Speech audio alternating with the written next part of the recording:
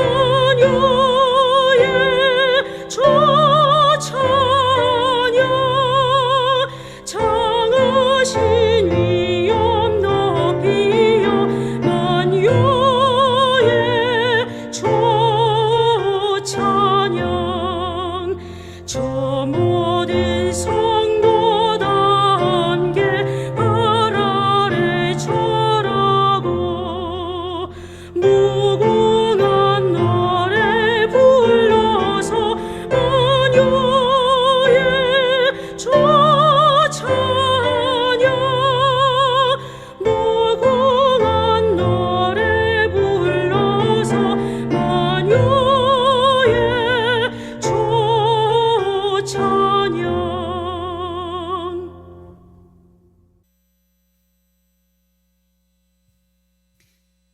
안녕하십니까. 사랑하는 동탄사연의 성도 여러분, 안식 후 3일 화요일 예배에 오신 여러분들을 진심으로 환영합니다. 우리가 함께 드리는 이 예배의 시간에 우리가 신령과 진정으로 하나님께 예배드리고 하나님께 영광 돌리는 이 시간 되길 간절히 바랍니다. 오늘은 지난 금요일 설교에 이어서 두 번째 저기 하늘나라에 어떻게 갈까요? 라는 제목을 통해서 하나님의 말씀을 또 함께 나누고자 합니다. 오늘 하나님의 본문의 말씀 마태복음 18장 21절에서 35절 말씀입니다. 그때에 베드로가 나와 이르되 주여 형제가 내게 죄를 범하면 몇 번이나 용서하여 주리이까 7번까지 하오리이까 예수께서 이르시되 내게 이르노니 7번뿐만 아니라 7번을 70번까지라도 할지니라. 그러므로 천국은 그 종들과 결산하려 하던 어떤 임금과 같으니 결산할 때에 10,000달란트 빚진 자 하나를 데려오매 갚을 것이 없는지라 주인이 명하여 그 몸과 아내와 자식들과 모든 소유를 다 팔아 갚게 하라 하니 그 종이 엎드려 절하며 이르되 내게 참으소서 다 갚으리이다 하거늘 그 종의 주인이 불쌍히 여겨 놓아 보내며 그 빚을 탕감하여 주었더니 그 종이 나가서 자기에게 100데나리온 빚진 동료 한 사람을 만나 붙들어 목을 잡고 이르되 빚을 갚으라 하매 그 동료가 엎드려 간구하여 이르되 나에게 참아 주소서 갚으리이다 하되 허락하지 아니하고 이에 가서 그가 빚을 갚도록 옥에 가두거늘 그 동료들이 그것을 보고 몹시 딱하게 여겨 주인에게 가서 그 일을 다 알리니 이에 주인이 그를 불러다가 말하되 악한 종아 내가 빌기에 내가 내 빚을 전부 탕감하여 주었거늘 내가 너를 불쌍히 여긴 것 같이 너도 너의 동료를 불쌍히 여김이 마땅하지 아니하냐 하고 주인이 노하여 그 빚을 다 갚도록 그를 옥졸들에게 넘기니라. 너희가 각각 마음으로부터 형제를 용서하지 아니하면 나의 하늘 아버지께서도 너희에게 이와 같이 하시리라. 아멘. 우리는 지금 계속해서 마태가 전한 왕의 복음, 왕으로 오신 예수 그리스도를 전하는 마태복음을 함께 공부하고 있습니다. 오늘 본문인 마태복음 18장은 예수님께서 통치하시는 나라, 천국이라는 그 나라의 통치 원리가 무엇인지를 보여주는 장입니다. 지난 금요일 설교에는 이 18장 1절에서 6절을 본문으로 이 어린아이들과 같이 자기를 낮추는 사람에게 오직 예수님만이 자신의 삶의 자랑이 되는 사람에게 주어지는 것이 이 천국이라고 말씀을 드렸습니다. 그리고 오늘은 마태복음 이 18장 후반을 중심으로 또 다른 하나님께서 통치하시는 나라의 통치 원리를 함께 나누겠습니다. 2023년에 한 리서치 기관이 이 글로벌 31개의 국가 성인 23,000명들을 대상으로 해서 가장 신뢰하는 직업이 무엇이냐고 이렇게 물어보게 되었습니다. 그때 총 18가지의 그룹이 제시가 되었는데 1위는 의사, 2위는 과학자, 3위는 교사가 달성하게 되었습니다. 그리고 사람들이 제일 신뢰하지 못하는 직업이 바로 정치인으로 이 사람들이 꼽게 되었습니다. 이 조사에는 종교와 관련된 직업도 있었는데 이 18가지 그룹들 중에 11위가 바로 성직자 그룹이었습니다. 제가 목회자라서 그런지 모르겠는데 이 통계를 제가 우연찮게 보게 되면서 처음 들었던 생각은 또 기대하면서 보게 되었죠. 이 목회자에 대한 신뢰도 얼마나 높을까? 적어도 중상위권은 하지 않을까? 그래도 목회자인데 이 성직자들인데 하고 나는 그러한 생각을 가지게 되었습니다. 그랬는데 알고 보니까 이 중하위권에 포함된 것을 보고 참 많은 생각을 제가 하게 되었습니다. 저는 중하위권의 신뢰도를 가진 사람입니다. 이 통계를 보면서 이 성직자들의 신뢰도가 결국은 이 기독교에 대한 신뢰도라고 제가 생각을 하게 되었습니다. 이 사람들이 교회와 교인들을 어느 정도 신뢰할까요? 이 정도의 차이는 있겠지만 사람들이 교회나 이 교인들을 별로 신뢰하지 않는 것 같습니다. 이 통계를 따른다면은. 예수님께서는 분명하게 이 그리스도인들에게 세상의 빛과 소금이 되라고 말씀을 하셨는데 왜 이렇게 된 것일까요? 이 질문에 대한 그 대답과 또 하나님께서 통치하시는 그 나라의 통치 원리를 오늘 우리가 이 본문을 통해서 알 수 있게 될 것 같습니다. 오늘 본문의 내용은 이 베드로가 예수님께 얼마나 사람들을 용서해야 하는지 질문하는 것으로 시작되게 됩니다. 마태복음 18장 21절 22절입니다. 그때 베드로가 나와 이르되 주여 형제가 내게 죄를 범하면 몇 번이나 용서하여 주리이까? 일곱 번까지 하오리이까? 예수께서 이르시되 내게 이르노니 7번뿐만 아니라 7번을 70번까지라도 할지니라. 그리고 이어지는 예수님의 설명은 바로 하나님의 나라의 통치 원리에 대한 비유였습니다. 이 나라의 돈을 맡은 한 신하가 이 10,000달란트라는 엄청난 빚을 지게 됩니다. 도저히 갚을 수 없다라는 것을 안 임금은 자비롭게 그 신하의 빚을 전부 탕감해 주었습니다. 그런데 그가 거액을 탕감받고 나가다가 10,000달란트와는 비교도 할 수 없는 정말 작은 돈, 이 100데나리온 빚진 자의 목을 잡고 돈을 갚으라고 다그치는 그러한 이야기였죠. 이 비유를 통해서 예수님께서 말씀하시고자 하시는 그 요점은 바로 이 마태복음 18장의 맨 마지막 35절입니다. 너희가 각각 마음으로부터 형제를 용서하지 아니하면 나의 하늘 아버지께서도 너희에게 이와 같이 하시리라. 지금 제가 말씀드리는 문장이 맞다면은 O, 틀리면 X라고 마음속으로 한번 생각해 보시면 좋겠습니다. 자, 우리가 남을 용서하지 않으면 하늘에 계신 하나님 아버지도 우리를 용서하지 않으신다. 이 문장이 맞다라고 생각하시는 분들은 마음속으로 생각해 보시고 또 아니다 틀렸다라 생각하시는 분들도 계실 것이라 생각됩니다. 이 문제에 대한 정답은 설교 마지막 뒷부분에 가서 말씀드리도록 하겠습니다. 자, 다시 이 예수님의 비유로 다시 돌아와서요. 그 신하가 10,000달란트를 탕감받았는데 이 10,000달란트 도대체 얼마나 되는 것인지 좀 감이 잘 안 잡힐 것입니다. 예수님 당시 헤롯 대왕 이 1년 전체 소득이 거의 한 900달란트 정도였다고 합니다. 이 갈릴리아 페레아 지방에서 거치는 1년의 세액이 200달란트에 불과했습니다. 자, 그래도 감이 잘 안 잡히시죠? 자, 10,000달란트의 현재 가치를 우리가 함께 계산해 보면 좋을 것 같습니다.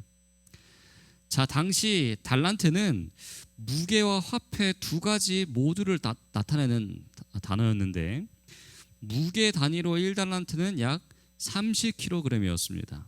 그리고 화폐 단위로는 2달란트는 6,000데나리온이었습니다. 그런데 이 1데나리온은 마태복음 20장 2절에 의하면 당시 노동자의 일당의 수준에 해당되는 돈이었다고 합니다. 그러면은 6,000데나리온은 6,000일을 일하고 받는 금액인 것이고 어쨌든 1달란트가 6,000데나리온이기 때문에 6,000일의 일당을 의미하는 것과 동일한 것이겠죠. 사람이 1년 중에 1년 365일 중에 며칠 정도 일을 합니까? 또 이 한국인들은 세계에서 노동 시간이 정말 가장 많은 사람들에 속하니까 우리가 1년 중에 그래도 한 300일 일한다고 생각을 해봅시다. 그러면은 6천 데나리온은 한 사람이 거의 한 20년 동안 일한 돈입니다. 자, 여기까지 이해가 되시겠죠? 한 사람이 1년 동안 얼마나 벌까요? 사람마다 너무나 다릅니다. 지금 이 자리에는 능력이 있으셔서 고액의 연봉을 받는 분들도 계시지만 그런 사람들의 수준에 맞추지 않고 그냥 보통 사람 수준인 평균을 생각했을 때 한 연봉 3천만 원으로 생각을 해봅시다. 그러면은 1달란트는 20년 3천만 원을 받는 것이기 때문에 6억 정도가 됩니다. 자, 근데 이 신하가 빚진 게 얼마였죠? 1달란트가 아니라 10,000달란트였습니다. 즉 6조에 해당하는 돈입니다. 요즘 조 단위의 재산을 가진 사람들이 꽤 있습니다. 올 8월에 미국 경제 전문지인 포브스 발표에 의하면은 세계 최고 부자는 이 프랑스 루이비통의 회장 이 베르나르 아르노라고 합니다.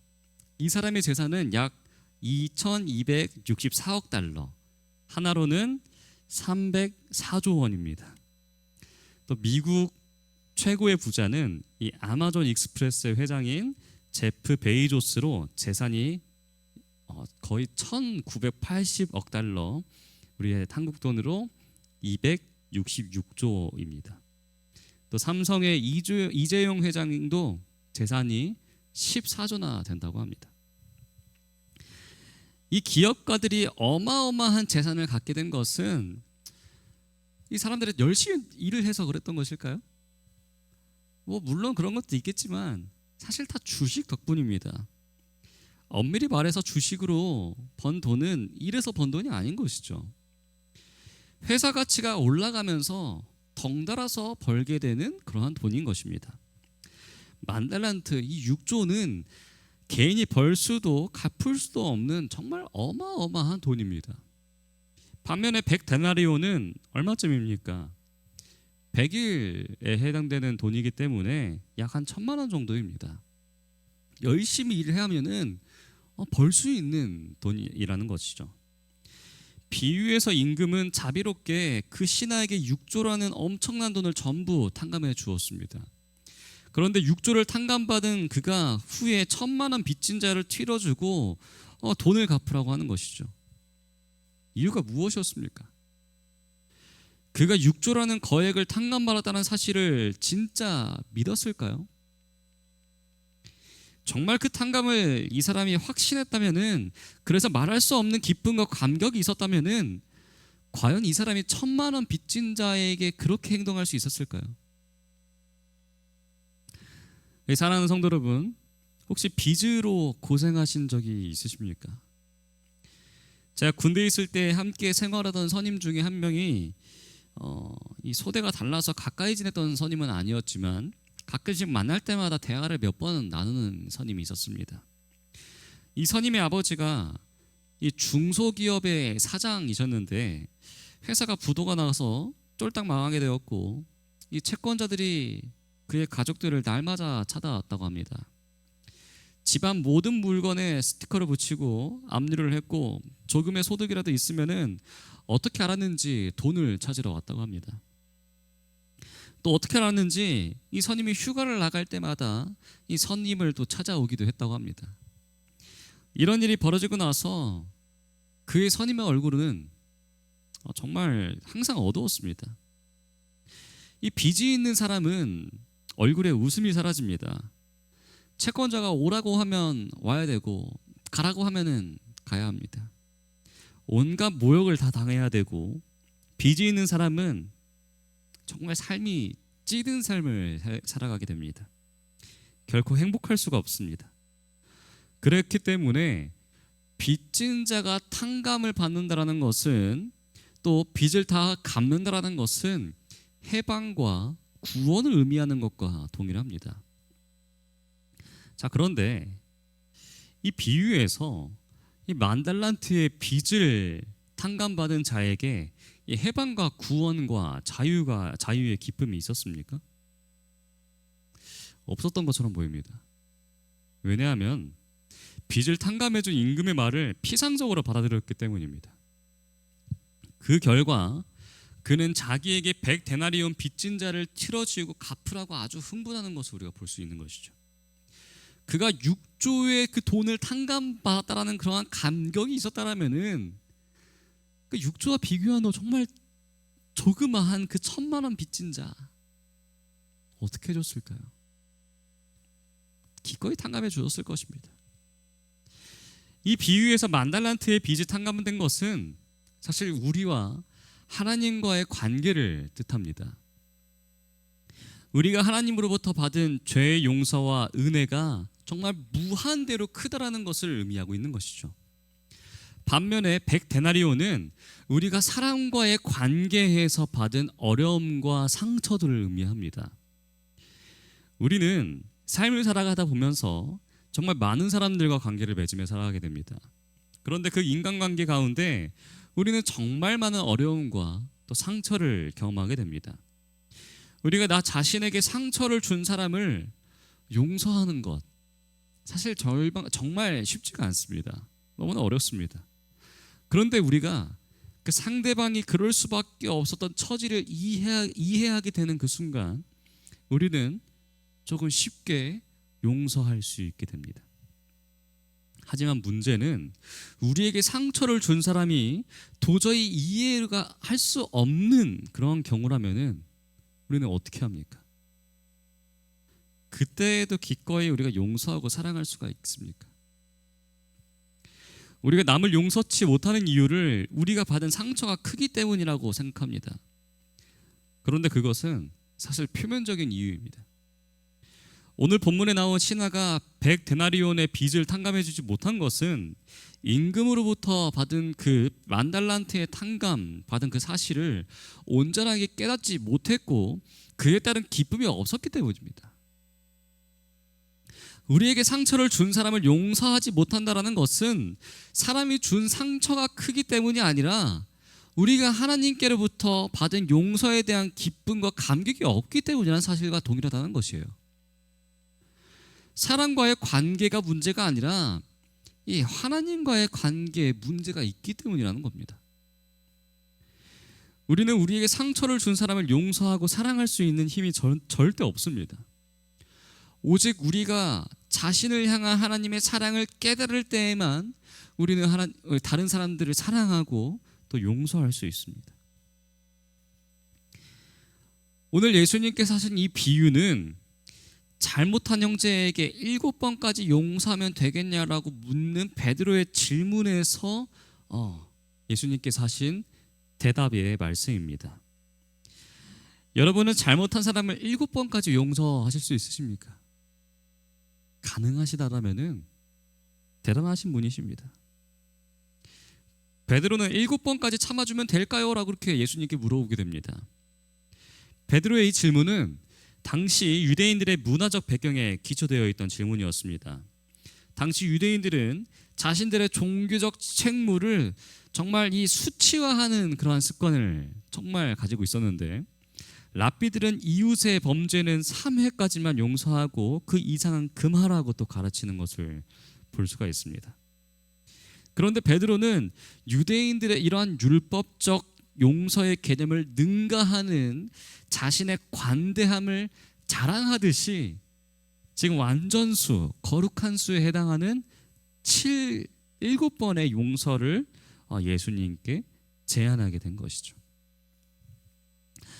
사실 베드로가 예수님께 7번이라는 이러한 이 용서의 그러한 관대함을 정말 자신감 있게 말했지만 사실 베드로는 어떤 사람이었습니까? 그러한 관대함을 가질 수 없는 성격을 가진 사람이 바로 베드로였습니다. 이에 예수님은 베드로에게 7번씩 70번까지 용서하라고 말씀하십니다. 그 말씀의 뜻은 이러합니다. 베드로야, 내가 잘못한 형제를 용서하기에 앞서 내가 하나님께 어떤 용서와 은혜를 바랐는지 기억해 보겠니? 그 감격과 기쁨을 생생하게 기억하고 형제를 몇 번이나 용서해야 할지 그때 한번 결정해 보는 거 어떻겠니? 이 말씀은 하나님께서 우리를 용서해 주신 만큼 용서해 주라는 뜻이었습니다. 우리가 하나님께 받은 그 용서에 대한 감격이 없이 우리에게 상처를 주고 잘못한 사람을 몇 번이나 용서해야 하는지 혹시 베드로처럼 숫자를 세고 있지는 않습니까? 예수님은 베드로가 용서 횟수를 헤아리면서 70번을 용서했어도 그를 칭찬하지 않으셨을 겁니다. 왜냐하면은 그것은 하나님의 용서를 체험하지 못했다는 뜻과 동일하기 때문입니다. 다시 한번 질문을 드립니다. 이 문장 맞을까요, 틀릴까요? 우리가 남을 용서하지 않으면 하늘에 계신 하나님 아버지도 우리를 용서하지 않으신다. 사실 이 예수님의 말씀은 틀린 말씀입니다. 표면적으로는 틀린 말씀입니다. 하나님은 우리가 남을 용서하지 않아도 우리를 용서하시는 분이십니다. 하나님의 용서가 우리의 용서를 조건으로 한다면은 하나님께서 우리와 다른 게 무엇이 있겠습니까? 하나님은 이기적인 우리와 너무나 다르신 분이십니다. 하나님은 이미 십자가에서 우리를 용서해 주셨습니다. 그렇다면 마태복음 18장 35절의 이 말씀은 무슨 뜻일까요? 우리가 남을 용서하지 않으면 하나님이 우리를 용서하셨다는 말, 이 말은 사실 맞지 않는 말입니다. 왜냐하면 하나님도 우리와 같이 용서를 안 해주는 분으로 우리가 착각할 수 있기 때문입니다. 사람은 자기를 기준으로 해서 남을, 심지어 하나님을 판단하는 연약한 존재입니다. 따라서 우리가 남을 용서할 때 우리를 향한 하나님의 용서를 믿을 수가 있게 되는 것이겠죠. 그러나 예수님의 말씀을 우리의 이러한 생각이 틀렸다라는 것이죠. 실물교훈 251페이지입니다. 우리가 남을 용서했기 때문에 용서함을 받는 것이 아니라 우리가 용서받았기 때문에 용서를 하는 것이다. 모든 용서는 공로 없이 베푸시는 하나님의 사랑에 근거를 두고 있다. 그러나 다른 사람들에 대한 우리의 태도로서 우리가 과연 그 사랑을 내 것으로 삼는 여부를 증거하게 된다. 우리는 매 순간 두 가지를 비교하며 살아가야 합니다. 하나는 만달란트입니다. 우리가 하나님께 어떠한 용서와 은혜를 받았는지 우리는 생각하며 살아가야 합니다. 또 하나는 100데나리온입니다. 우리가 사람들로부터 받은 그 상처와 아픔입니다. 만달란트 없이 100데나리온만 바라보게 된다면은 우리는 베드로처럼 언제까지 참아야 하노요? 라고 질문하는 사람밖에 되지 않습니다. 작은 배 하나가 바다에서 몇 시간 동안 강풍에 시달리게 되었습니다. 드디어 바람이 잦아들고 바다가 고요해지게 되었습니다. 그러나 배 엔진이 고장이 나서 이 며칠을 표류하게 되었습니다. 배 안에 물이 떨어지게 되었고 사람들은 목말라 죽어가고 있습니다. 그때 멀리서 큰 배 하나가 다가오는 것을 이 사람들이 보게 되었습니다. 사람들은 온 힘을 다해서 소리치게 됩니다. 도와주세요. 그리고 물 좀 주세요. 그때 그 배에 있던 한 사람이, 큰 배에 있던 한 사람이 이렇게 말을 합니다. 양동이를 내리세요. 여기는 바다가 아니라 아마존 강입니다. 사람들은 배가 강풍에 밀려서 강으로 거슬러 올라간 사실도 모르고 있었던 것이죠. 또 강이 워낙 커서 바다인 줄 알았습니다. 마실 수 있는 엄청난 물 곁에서 그들은 목말라 죽어가고 있었습니다. 오늘 그 뱃사람들의 모습이 우리의 모습이 아닙니까? 하나님이 이미 베풀어 놓으신 은혜와 용서가 가까이 있는데도 불구하고 우리는 그 사실을 깨닫지 못해 사람들로부터 받은 상처를 부여잡고 고통스럽게 살아가고 있지는 않습니까? 비유에서 만달란트를 탕감받은 줄도 모르고 100데나리온 빚진 자를 다그치며 흥분한 그 신하를 보는 그 임금의 마음은 어떠했을까요? 그 신하를 미워했을까요? 아닙니다. 그 임금은 그 신하를 불쌍히 여겼습니다. 내가 탕감해 준 것에 대한 깨달음과 그에 따른 기쁨이 있다면은 저렇게 살지 않았을 텐데 라면서 말이죠. 우리 사랑하는 동탄사는 성도 여러분, 하나님은 우리가 죄를 지을 때 미워하시지 않으십니다. 오히려 불쌍히 여기십니다. 하나님께서 이미 베풀어 놓으신 용서와 은혜를 우리가 체험하길 바라시면서 우리를 정말 불쌍하게 여기십니다. 우리의 신앙의 노력이 필요합니다. 그런데 그 노력은 우리가 올바르게 살아가려고 하는 그런 노력이 아닙니다. 우리에게 상처 준 사람들을 사랑하고 용서하고 오래 참으려 하고 하는 그러한 노력도 아닙니다. 그 노력은 하나님께서 우리를 얼마나 용서하셨는지, 어떻게 용서하셨는지, 어떻게 받아주셨는지에 대한, 즉 만달란트의 탕감이 얼마나 값진 것인지, 얼마나 실질적인 것인지 찾는 노력이 우리에게 필요한 것입니다. 그것을 위해서 우리는 성경을 열심히 보아야 하고, 그것을 위해서 하나님께 열심히 기도해야 하고, 그것을 위해 교회에 와서 예배를 우리가 함께 드려야 합니다.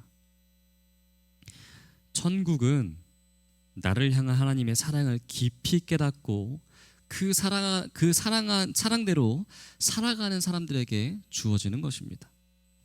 그리고 하나님의 그 은혜에 감사할 줄 아는 사람들에게 주어지는 것이 천국입니다. 하나님의 은혜와 사랑을 모르는 자들은 그 은혜와 사랑을 알고 살아가는 자들과 차원이 다른 행동을 보여주며 살아가고 있습니다. 마치 10,000달란트를 탕감받았지만 100데나리온을 빚진 자의 목을 움켜쥐는 사람처럼요. 우리 모두는 10,000달란트 탕감받은 자들입니다. 이 감격과 기쁨을 잊지 않고 살아갈 때에 우리에게 상처와 아픔을 주는 100데나리온 빚진 자를 사랑하고 용서하며 살 수 있게 됩니다. 그렇다면은 우리가 이 세상에서 우리 목회자들이 받는 그러한 신뢰도, 중하위권에 위치한 그러한 신뢰도가 아니라 정말 최상위권의 신뢰도를 우리가 받으며 살아갈 수 있지 않을까요? 또 예수님께서 우리에게 분부하신 대로 우리가 이 세상의 빛과 소금이 되어 살아갈 수 있지 않을까요? 왕이신 예수님께서 우리에게 주신 은혜를 잊지 않고 살아가는 하나님의 거룩한 백성들이 되시길 이 시간 간절히 기도합니다. 그리고 이번 한 주도 10,000달란트 탕감받은 그러한 감격 속에서 살아가는 예수님의 백성, 하나님의 신실한 백성들이 되길 간절히 바라면서 오늘 말씀 마치도록 하겠습니다. 감사합니다. 기도하겠습니다. 하늘에 계신 하나님 아버지, 죄 많은 죄인인 우리들을 용서하여 주시고 사랑하여 주시고 큰 은혜를 허락하여 주심에 너무나 감사합니다. 그러나 우리가 하나님의 그러한 은혜와 사랑을 잊으며 살아갈 때가 얼마나 많습니까? 연약한 이러한 우리의 마음을 불쌍히 여겨주시고 우리에게 하나님의 은혜와 사랑을 깨달을 수 있는 믿음의 눈을 허락하여 주시옵소서. 그리고 그러한 믿음의 신앙을 가지고 우리의 주변 사람들에게, 또 우리에게 상처를 주었던 사람들에게 용서를 하고 그들에게도 동일한 사랑을 전할 수 있는 하나님의 신실한 백성들 될 수 있도록 우리를 인도하여 주시옵소서. 사랑이 많으신 예수 그리스도의 이름으로 간절히 기도합나이다. 아멘.